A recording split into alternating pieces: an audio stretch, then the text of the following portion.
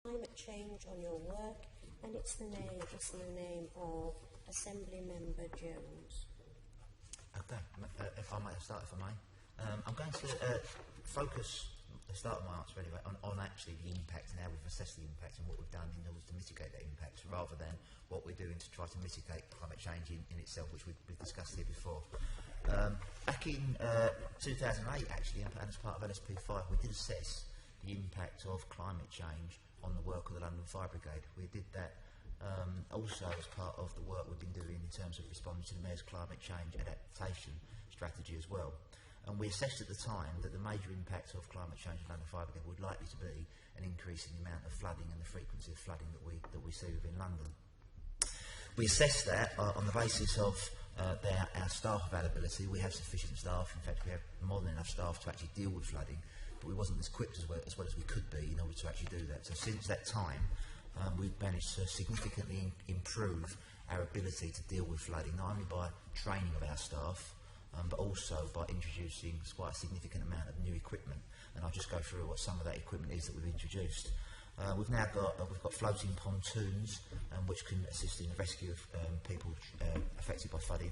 We've got mud rescue paths, which the only emergency service in London at the moment had mud rescue paths, so we can get people away from areas of rivers and things, perhaps. All of our fire engines have been adapted so their air intakes are now higher off the ground, so they're able to go through flooding up to about ½ metre of water. We've updated our standard design brief for our new fire stations as well, so our new fire stations that are currently being built have taken more account of issues around flooding and potential for them to be involved in flooding. We've bought 40 light portable pumps. We have 6 operational support units which carry our flooding equipment. 9 of our fire rescue units have now been equipped with inflatable boats, with outboard engines, inflatable rescue paths, and dry suits and things for our staff to work in flooded environments. We have 6 national high volume pumps provided by the government. We've had those for a while now. They've been seen to be used in flooding incidents around the country over the last few years. And we have a range of other equipment in terms of safety equipment for our staff. So I think we've taken great care to actually assess the impact of climate change in terms of the impact on us, particularly around flooding, and we've responded, I think, very appropriately. That sounds really positive. I'm sure you know the figures as well as I do, that 140,000 Londoners are at risk from excess surface water flooding. And I suppose my concern is if we had several critical incidents at once, which is of course entirely possible with flooding, how many incidents could you actually get to? You talked about 6 operational units. Does that mean that's the sort of number of incidents that you could deal with? No, the 6 operational support units carry equipment that could be delivered around London to more than one incident. So actually we carry more equipment on those vehicles. So there's 6 of them, but they could then attend all the incident scenes if they needed to just drop off equipment supplied for firefighters. So I can't put an exact number on how many flooding incidents we could deal with, because it depends once again on the scale and the complexity and what we're dealing with. But I think we've demonstrated back in 2014 we are able to respond to more than one or a number of flooding incidents at one time. And in fact the Kenley incident down in Croydon, we responded to that over quite a significant period of time as well. But that took 4 high volume pumps, 15 pumping appliances and 3 fire rescue units to deal with that one incident. Yes, so you can see my concern that there could be other incidents of the same sort of scale.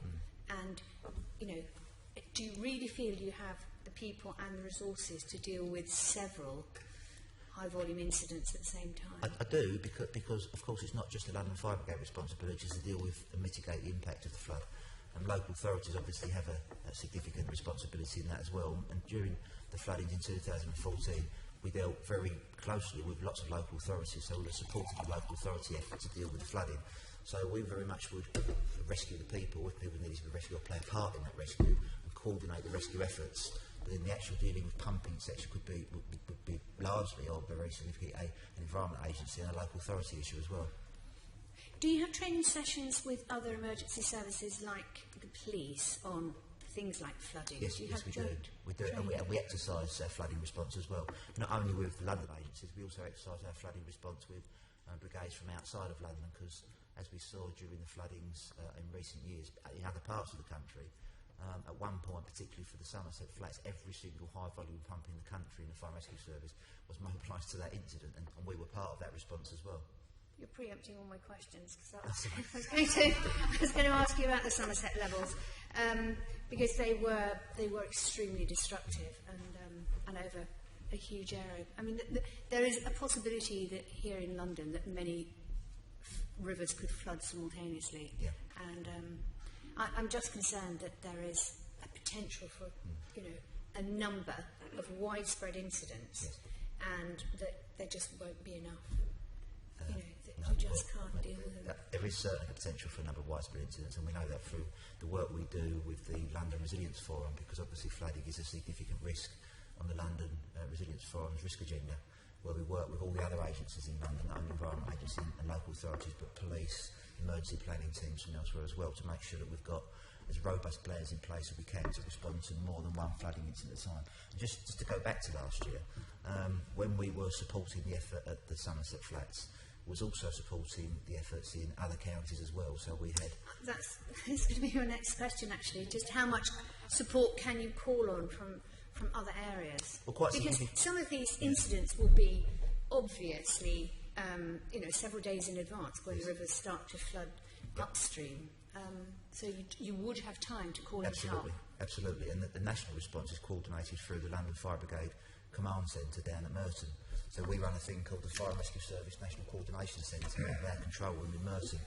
And their task is coordinate all the national assets for a range of different risks, flooding being a particular one of those. So we've got 52, I think it is, high-volume pumps across the country. And the latest mobilisation of those pumps in terms of pre-planning took place only last week, when we were expecting quite a surge up in the northwest. So we pre-deployed about 20 high-volume pumps from around the country into that area, ready for if that surge had taken place, which fortunately didn't on that occasion. But we do try to plan as far ahead in the future as we can as well. So this is something I've asked you before, and I don't know if you've done it. I don't think you have. So, Mr. Dobson, I want you to do it if you possibly can in the future. And that is that when you go around talking to households about fire risk, it would also be useful if you would talk to people about flood risk, because things like paving over front gardens increases the likelihood of surface water flooding. And if you explain that to people, it might actually stop a few households from paving over their front gardens and increasing the problem for all of us. I think that'd be a really good idea. Thank you. So when can I expect you to do that? Unfortunately, it'd be something we'd need to consult with the Fire Brigade Union on. Right. Because it depends on the way in which we provide our home fire safety visits. And we went through a very extensive process of agreeing with the Fire Brigade Union what home fire safety visits include.